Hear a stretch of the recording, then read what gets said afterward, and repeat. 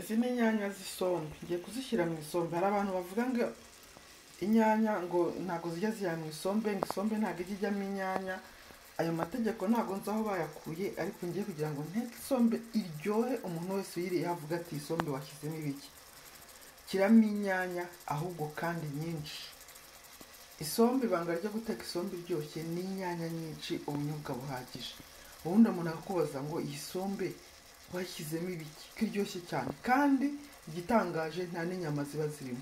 Ushobora guteka isombe itarimo inyama, itarimo imifupa, ariko ikaba iryoshye kurusha irimo ibyo byose. Rero ibanga ngewe kuri ngewe n'inyanya n'ubunyobwa buhagije. Abantu bavuga ngo isombe ntigijyamo inyanya bla bla, sinzi aho babikuye. Buri wese agira uburyo bwe, ariko ngewe isombe yanjye umuntu uyiriyeho wese aremera, kandi banashyizemo inyanya kandi zihagije. Izi nyanya rero ngiye kuzishyira mu isombe mu kanya n'izishya. Isombe yo yahiye iri ku ruhande. Isombe ngiyo iba yaraye ku ziko yahiye neza, irimo umunyu, irimo igikukuru. Ubundi nkayishakira utungo ku ruhande turi natireri, tungurusumu, ibitunguru, inyanya, agasarisa, ubunyobwa, utuntu nk'utwo tworoheje turi natireri. Apana ibintu byinshi rwose, ngo umunyu w'isombe ngo njanga ibiki. Niteka mu buryo buri natireri, bishatse nta nyama, nta mifupa, nta binono, kandi isombe ikaryoha cyane. Ngiye rero ku ruhande yahiye, ubundi ngiye kuyikorera ibirungo biri natireri. Hano harimo utuvuta duke cyane kuko n'ubunyobwa bufite amavuta menshi. Harimo tungurusumu, ibitunguru n'inyanya mureba. Kandi ndashyiramo agasarisa, ubunyobwa, ubundi ibintu bibe wane.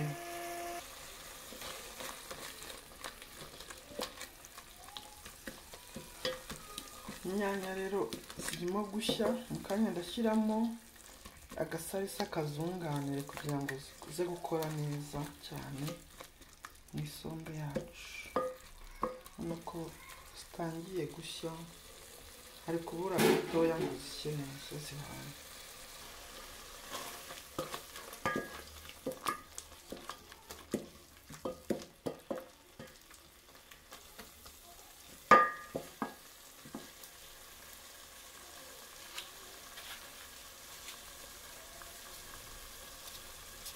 Aha zigeze zahiye, reka dushyiremo na ka karibu rero mu isombe.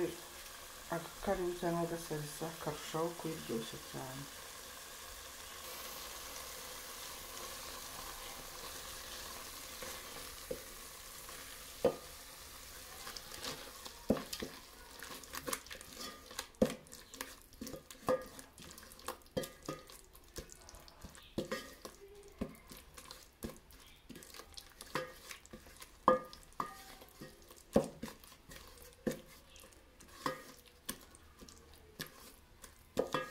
Murabona ko inyanya zahiye, ntaho zitaniye n'izo nashyizemo ndapye. Abantu benshi bakunda kuzirapa, ariko niyo zikase ukaziteka ukaziha umwanya wazo, zigeraho zikaba rwose nk'isosi. Urabona ko wagira ngo ni karibu gusa kubera ko zahiye zanoze.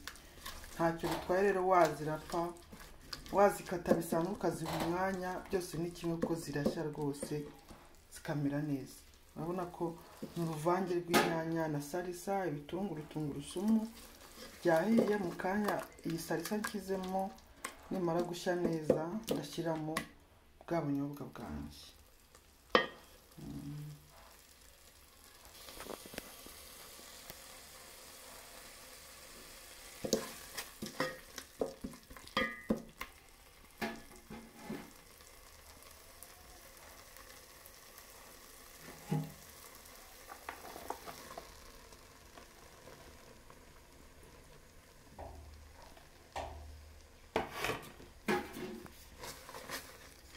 N'ubunyobwa buvanze na soya, ushatse washyiramo ubunyobwa gusa cyangwa ukavanga na soya, biterwa n'igihari, byose biraryoha bikamera neza. Ubunyobwa rero ngiye kubuvanga bushye buhure n'izi nyanya. Ni kimwe n'uko wabucamutsa ku ruhande ukabushyiramo, ariko nuko nimufatira umwanya nkabucamutsa burashya rwose, cya kibisi kivemo, ku buryo ndabushyira mu isombe yanjye. bwahiye bumeze neza cyane. Ngiye kuvanga kugeza buhiye nk'iminota nk'itanu, mvanga ibibumbe byabwo bishiramo, ari nako bushya bugahinduka bukamera nk'ubugiye gushirira. Icyo gihe babuhiye ugasukamo amazi y'isombe, bukabira bugashya neza, ukaza gusukamo ya sombe ukavanga bigashya bikamera neza.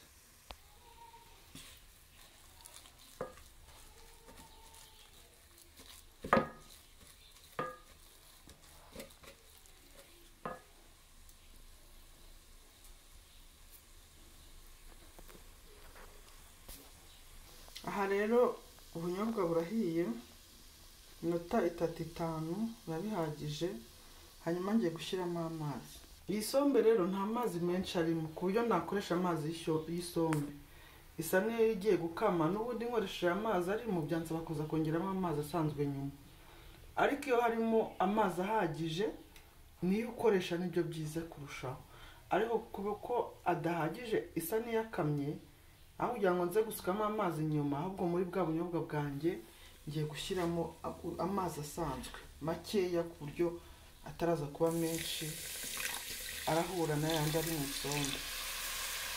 Aha ngaha nkoresheje amazi asanzwe, mubyumve neza, iyo isombe itakamye irimo amazi ahagije nkoresha ay'isombe, ariko kuko yakamye nkoresheje asanzwe nabyo ntacyo bitwaye. Bisaba kukavanga cyane kugira ngo bya bibumbe by'ubunyobwa nyine biba bifashe bishiremo, bitaza gukomeza mu isombe bifashemo, ntabwo byaba ari byiza. Kamara kunoga rero kano kavuge ndakareka kabire gashye cyane rwose, ku buryo ndasuka muri ya sombe ishyushye nayo yahiye bigahita bihura nta kibazo. Avanga bigashiramo, ubundi ugapfundikira, ubunyobwa bukabira bugashya neza bwitonze.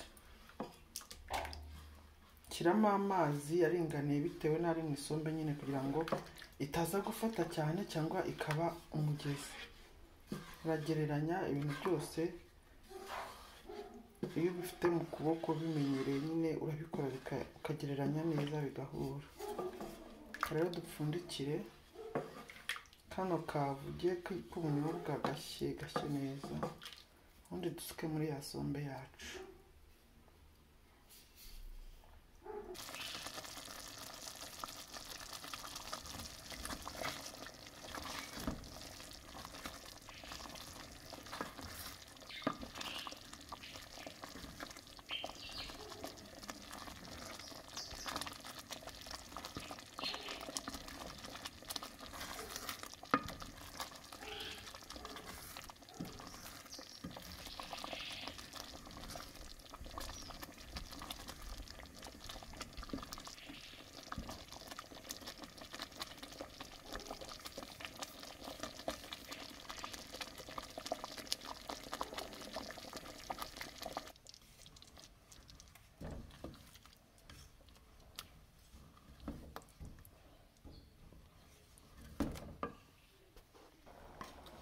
Isombe rero ngiyi ku ziko iri kubira yahiye, akavuge k'ubunyobwa nako nakaberetse kahiye, nta kindi gisigaye. Ngiye gusukamo mvange cankire nk'iminota 5 bihure, ubundi isombe iryohe turye neza. Wayirya ku muceri, wayirisha ikijumba, wayirisha ubugari, icyo wumva ushaka. Ipfa kuba iryoshye gusa, ijyana n'ibyo waba ufite byose.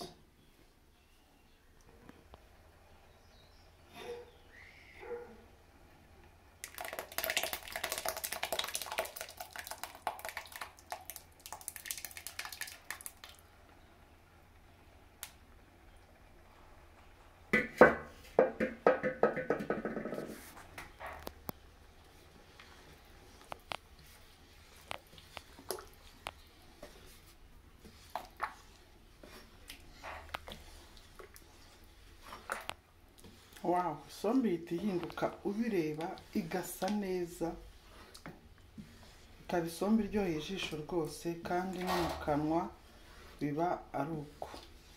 Reka tuvange neza bihure.